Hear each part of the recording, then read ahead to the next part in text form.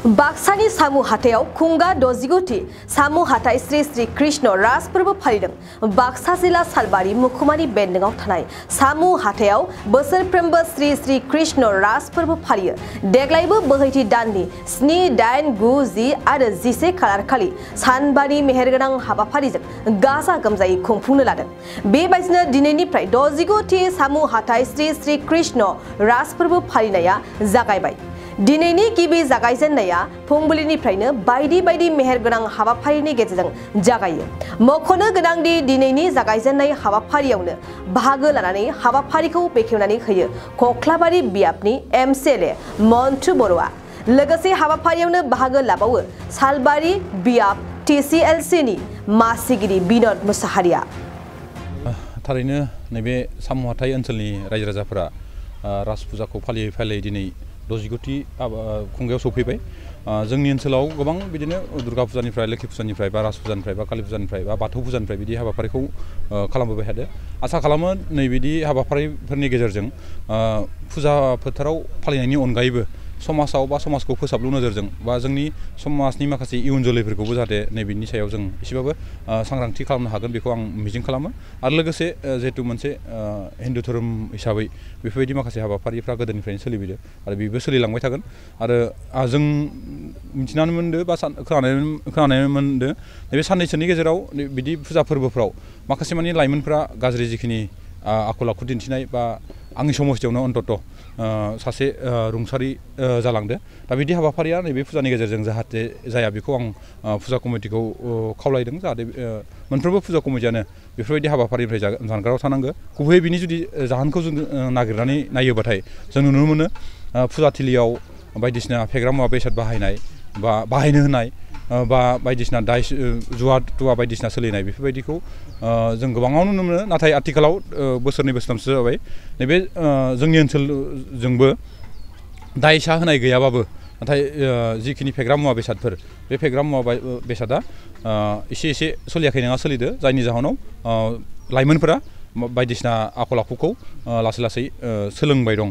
ओंखायनो आं आसा खालामो फुजाया जिहेतु इसोरखौ सिबिनाय बा समाजखौ फोसाबलु नोजोरजों इसोरनि सायाव जिखिनि आध्यात्मिक गियान बे गियानखौ जिहेतु जोंनि समाजाव फोस्रावलांनाय, दा ओंखायनो बेफोरबायदि थिलिफोराव जौ जुवा बा बायदिसिना गाज्रि आखल आखुनि जिखिनि थासारिफोर बे थासारिया जोंनि थाखाय मुगैथाव। ओंखायनो आं गले गले खावलायो फुजा कमिटिया जाहाथे बेफोरनि सायाव एसेबाबो नोजोर होयो। गोजोन्थों।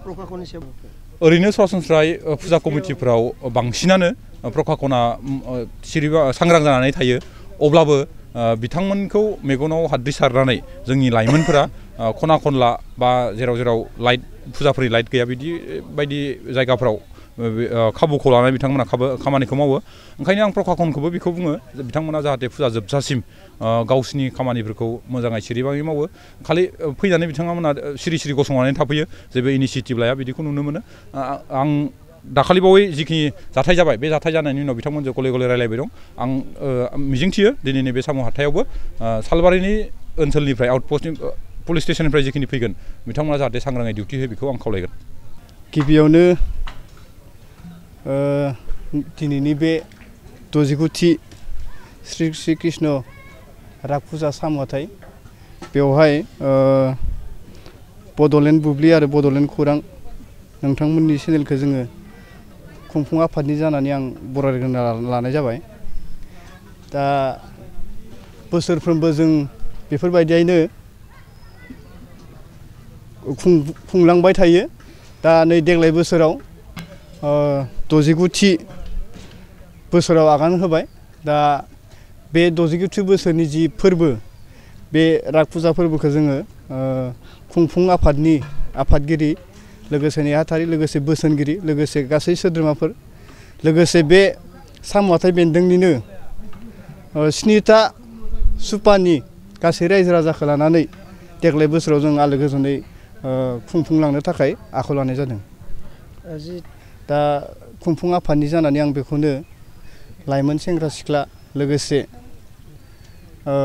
खायसे बैसोगोराफ्राबो लाइमोन सेंग्रा सिख्लाल' नङा, खायसे बैसोगोरा सुबुंफ्राबो बेफोरबायदिनो फुजा पातालनि स्कप लानानै बांद्राय लोंना जानानै फुजा फोरबोआव बांद्राय माने गाज्रि आखु दिन्थिनो नागिरो। दा बेनि फारसे आङो खुंफुं आफादनि जानानै गासै लाइमोन सेंग्रा बा सिख्ला बा बोराय बैसोनियानो जाहाथे बेफोरबायदि माने बांद्राय एलकहल लोंनानै फुजा पातालखौ सुबिदा लानानै जाहाथे बेफोरबायदि आखलखौ दा दिन्थिथों आं बेखौ खुंफुं आफादनि जानानै गुरै खावलायदों। लोगोसे देग्लायनि बे फोरबोआव जोङो बेफोरबायदि गाज्रि मुवा लोंनाय बा सोबनाय बा जानाय बेखौ जोङो माने बन्द खालामनो होननानै जोङो देग्लायनि खुंफुं आफादनि गेजेरजों जोङो थाम थिम खालामनाय जादों आरो। सानबेसेनि हाबाफारि लादों नोंथांमोना? दा देग्लाय बोसोराव जोङो हर हिसाबै हरबा जागोन। बेखौ जोङो आगोलनिफ्रायनो गोदो गोदायनिफ्रायनो बेल बर'नि होनो। बर'आव तारमाने बे फुजा जागायनाय सान बेजों हर हिसाबै हरबा जागोन। सान हिसाबै जोङो सानब्रै 8, 9, 10 आरो 11 हाबाफारिजों जोङो देग्लायनि बे 60गुथि श्री श्री कृष्ण रास फुजा फोरबोखौ बे सामु हाथायाव खुंफुंलांनो होननानै जोङो आखायाव लानाय जादों। हारिमु मोनाबिलि हिसाबै जोङो गाबोन 8 थारिखआव जे मोसानाय बादायलायनाय बे मोसानाय बादायलायनायखौ जोङो गिबि हर हिसाबै जागायगोन। लोगोसे नैथि राउन्ड बेखौ जोङो सेथि राउन्ड नैथि राउन्ड आरो फाइनाल राउन्डखौ जोङो 10 खालाराव लानाय जादों। बेवहाय बर'निल' डान्स नङा, बेवहाय एसामिस हिन्दी जायखिजाया रोङाथों मानो गासैबो देंखोखौनो जों बेवहाय बादायलायनायखौ जोङो दिन्थिफुंनो हागोन होननानै बे हारिमु मोनाबिलि बादायलायनायाव जोङो बे हाबाफारिखौ लानाय जादों। दिनैनि सेथि सान बेखेवनाय हाबाफारियाव नोंथांमोना आलासि हिसाबै सोर बेखेवफैदों ओरैनो?